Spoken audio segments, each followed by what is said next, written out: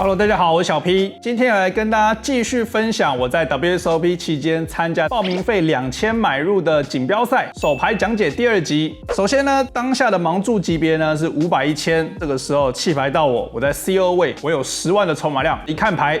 AA 能输吗？加注到2000。小盲位的对手呢，他是一个职业玩家，算是蛮厉害的，大约有52000左右，50个大盲，选择了3次下注到7500。这个时候到我有一个决策要做。那我觉得以一个预设策略来说，50个大盲的话，应该会偏向跟注多一点。那我当下会是一个50-50的方式去选择跟注，原因是因为我非常的确定他翻牌后会非常的激进，不管是在炸胡或者是价值下注。如果说他翻牌前的炸胡比较多的话，那我透过4次下注，其实他的这些炸胡，我觉得都没办法有操作的机会。所以呢，给他一个机会，好不好？我们选择了跟注，翻牌3、4、J 2张黑桃，1张方块。底池17000，小盲位的玩家选择了持续下注6000啊，大约是1/3。照我们之前的逻辑，就是他会一直下注，我们就要什么？一直跟注，让他下注啊！我觉得这是非常简单的一个策略。所以呢，我选择了跟注。转牌来了一张方块 K 3、4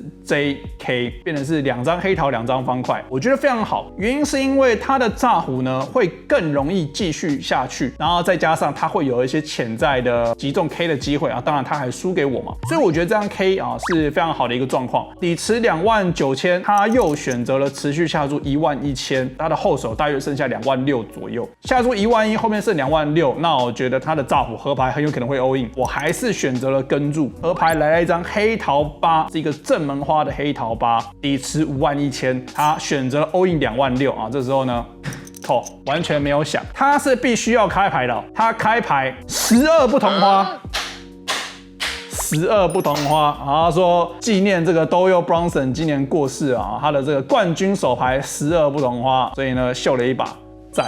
我们就直接从他身上赢了一整组。当然，我觉得他有点没必要嘛。你有很多手牌更适合啊，绝对不会挑到这个手牌。这也是翻牌前的一个决策，就是我们手牌预设策略啊，都只是预设策略。那我们实际上跟注或者是要再加注，应该要根据玩家的资讯做出一些判断。当然，有的时候你会说这个对手你又没有遇过，你怎么知道要怎么做？但我觉得当你有资讯的时候呢，这个资讯的判断呢，就是一个很有用的武器。这手牌运气非常好 ，AA 从12不同花身上赢到了一整组。接着下一手牌啊，也是一个还蛮精彩的一手牌。8人桌 UTG 的玩家有5万的筹码量，选择加注到2500。CO 位的玩家就是我有15万的筹码量，我拿到了1对7。那我认为对上前位的加注1对7，在 CO 位应该是一个100%的跟注。我在这边应该会跟到所有的对子啊，我觉得所有的对子都是可以跟注的。bottom 位的玩家有7万的筹码量，他也选择了跟注。大盲位的玩家有3万的筹码量，也选择跟注，所以是一个4人底池的状况。翻牌是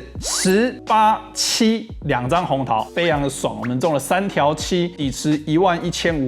大盲位过牌 ，UTG 的玩家过牌，到我在 CO 位。如果说我是最后一位玩家，我一定不会过牌。那如果说我知道我后面还有一位玩家的话，我觉得我会有一个频率选择过牌。你去想一下 ，UTG 的玩家加注 CO 位跟 bottom 位跟注的范围里面，基本上我们2位玩家的手牌会非常的相似。那是什么样的范围呢？我觉得任何的手对，如果说是一些同花连牌或是高牌的话，至少都会是9以上。那你想想看哦，10、8、7 2张红桃超级有关联，我们会有10J， 会有90，会有89，当然会有一些 KQ、KJ、QJ 这种高牌带一张卡顺，甚至是只有高牌。以整体的范围来说，我认为 bottom 位的下注频率还是非常的高，所以呢，我会偶尔选择过牌，偶尔选择下注，这是一个细节。bottom 位的玩家，我认为他比较高的频率会下注的话，那我就让他下注嘛。所以这时候我选择了过牌 ，bottom 位的玩家选择了下注，而且他选择了一个比较大尺寸的下注，6000，底池11500啊，选择下注6000。在多人底池，其实这种下注尺寸不是一个最好的策略啊，反正无所谓啊，大家都可能不大清楚这个下注尺寸的逻辑。其实也还好，原因是因为这个台面连接性比较高，然后尤其是这个同花的牌面，他可能觉得不想要让太多人看到一个便宜的转牌。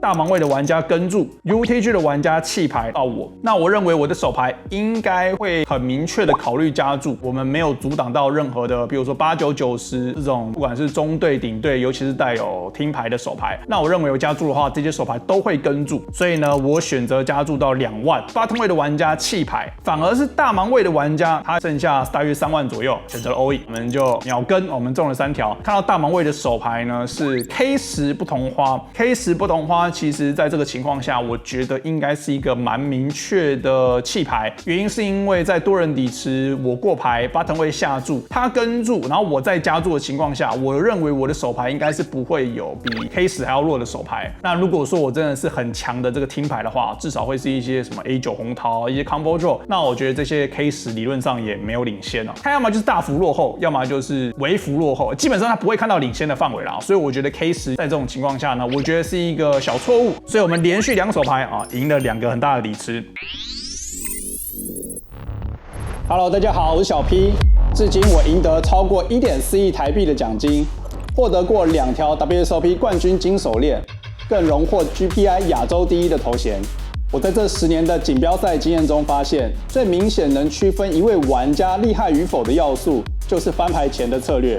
所以欢迎大家加入我的课程，像职业玩家一样，做出完美的翻牌前决策吧。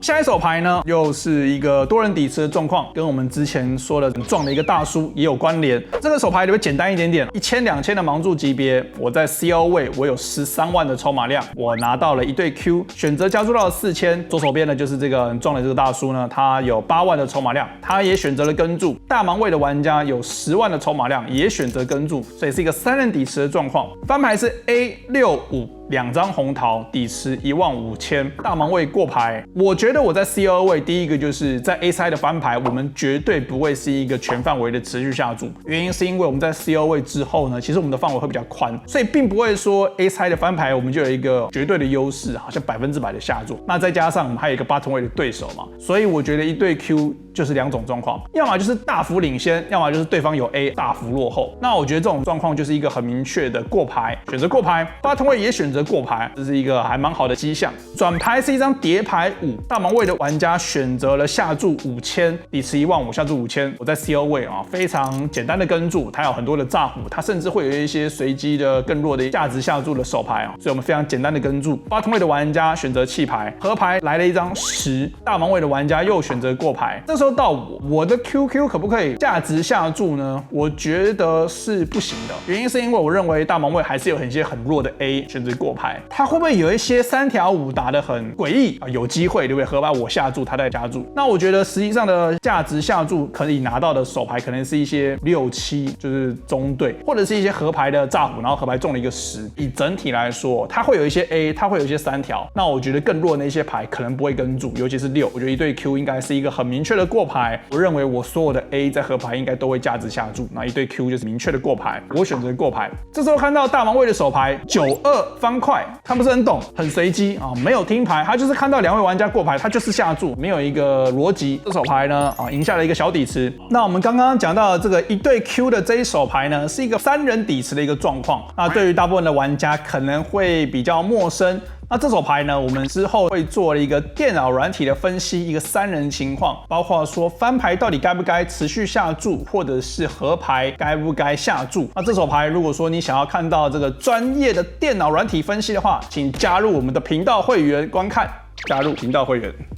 接下来这手牌呢是在2000、3000的盲注级别9人桌的状况 ，UTG 加2的玩家有6万的筹码量，选择加注到了6000。这个时候呢，我在 CO 位，我有8万的筹码量，我拿到了 AJ 不同花。那先说一下，我觉得9人桌面对前位的加注的话，如果我是 AJ 要跟注的话，我必须是要在后位，也就是说 Hijack、CO 跟 Button 我觉得比较适合。那如果说今天在 low 价位或者是在更前位的话，如果要跟注，那我要确定这个桌况是允许的，就是说对手比较弱，或者是说我宁愿拿来3次下注，然后就弃牌。所以今天在后位的时候呢，其实我们更有跟注的选项。那当然，因为我们在有 CO 位的时候呢，更有机会进行到有位置的翻牌后，非常简单的一个概念。当下这个手牌呢，可以适合拿来跟注啊，没有问题。大盲位的玩家也有8万的筹码量，也选择跟注，所以是一个3人底池的状况。翻牌是 A69彩虹面啊，底池23000，大盲位过牌 UTG+2的玩家呢，选择了持续下注7000，底池23000下注7000，然后我们在 CO 位是一个很明确的顶对的跟注，大盲位玩家弃牌啊，所以是一个单挑到转牌的状况。转牌 J 非常好，还是一个彩虹面，我们中了顶2对，底池37000，对手选择了过牌，它的范围里面还是会有一些 AQAK， 有的玩家会有 KKQQ， 它的翻牌前的持续下注啊，没有问题。不管怎么样，我们还是可以拿到一些价值。如果说它今天是 A10以下的 A 的话，尤其是一些同化 A， 我觉得它都应该必须要过牌跟注，原因是因为这些手牌很明确的不能够价值下注，然后不能够弃牌嘛。对手选择过牌之后呢，我选择了下注15000，底池37000，15000算是不到半个底池。UTG+2的玩家选择了跟注，当他今天转牌跟注的时候，我觉得就很明确了，就是他有 A， 他不管是 AK、AQ 或 A10， 他都输给我啊，所以其实我不大担心。合牌来了一张叠牌9，A69J9，